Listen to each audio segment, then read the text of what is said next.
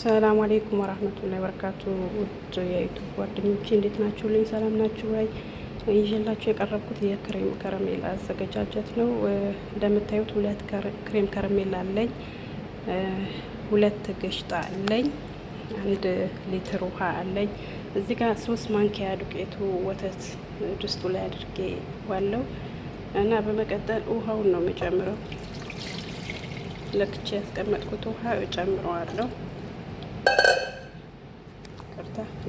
ድምፁ ከዛን በቀጥታ እሳት ላይ ነው የምጥደው።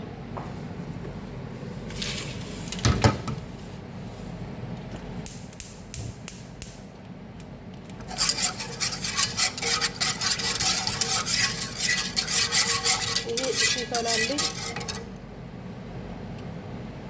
ይህን ሲፈላ ክሬም ከረሜሉና ግሽጣውን እጨምረዋለሁ ማለት ነው። ይህኛው እንደዛ ከጣትኩትኝ በኋላ አያችሁት፣ ክሬም ከረሜል ከውስጡ የሚወጣ ነገር አላች ነገር እዚህኛው ብርጭቆ ላይ ያደርገዋለሁ ማለት ነው። ክሬም ከረሜል ዋና የሚያጣፍጠው ይሄ ነው።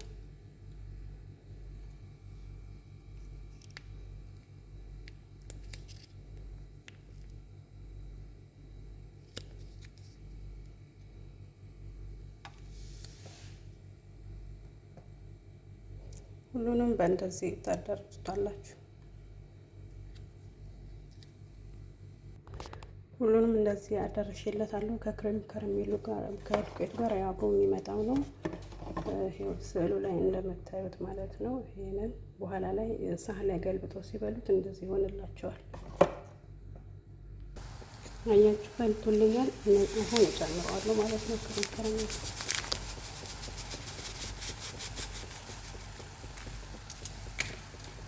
ጋዝ ቀነስ አድርጉት፣ ፈቶ እንዳይፈስባችሁ።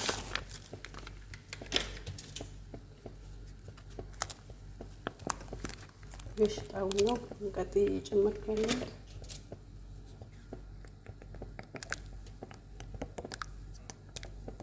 እኔ ስኳር አላደርግም፣ ራሱ ስኳር ስላለ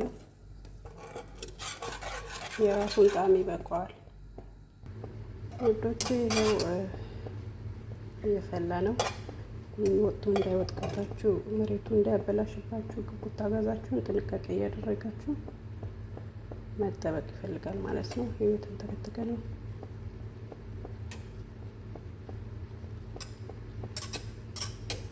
ብዙ አላበስለውም፣ 5 ደቂቃ በቂው ነው።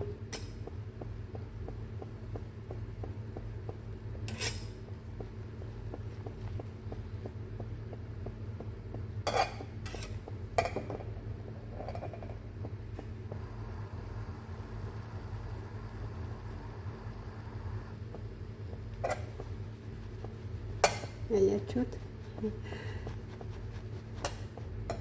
አሁን ይሄ ከእቃው ከጋዙ አውርጄው ትንሽ በረድ እስኪል ድረስ ቢያንስ ለ10 ደቂቃ አስቀምጠውና ቀጥዬ እቃ ያዘጋጀኋቸው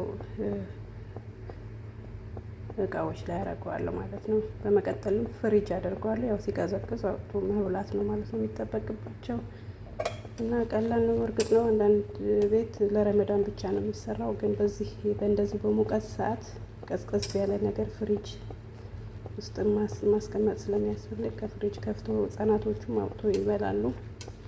የግድ ሰዎቻችን ስሩ እስከሚሉን አንጠብቅ፣ ካለ ሰርተን አዘጋጅተን ፍሪጅ ማድረግ አለብን ማለት ነው። አውርጄዋለሁ ከጋዙ እንዳልኳችሁ ከ10 ደቂቃ በኋላ ወደዚህኛው አረገዋለሁ። ያው አለቀ ማለት ነው። በቃ እዚህኛው ላይ አድርጎ ፍሪጅ ውስጥ ማስገባት ነው የቀረው። ከወደዳችሁ ሰርታችሁ ሞክሩት። ለራሳችሁም አሁን አየሩ ያለው ሙቀት ስለሆነ ለራሳችሁም ሰርታችሁ ብሉ። በጣም ምርጥ ነው እላችኋለሁ ውዶች። ሰላማችሁ ይብዛልኝ። ባይ ባይ።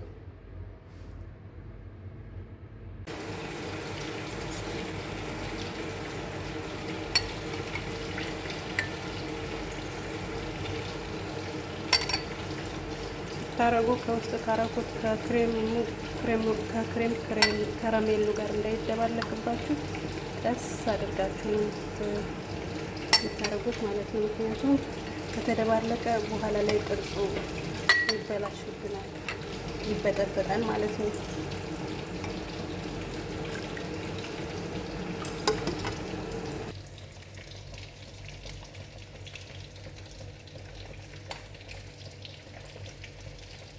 አሁን ወደ ፍሪጅ መግባት ነው የሚቀረው።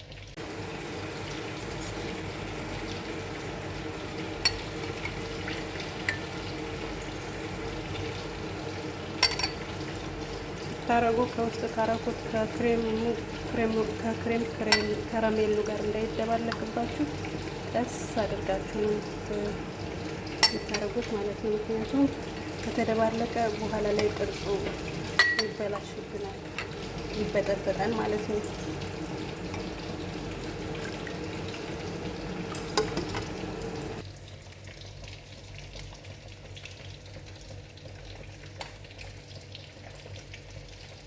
አሁን ወደ ፍሪጅ መግባት ነው የሚቀረው።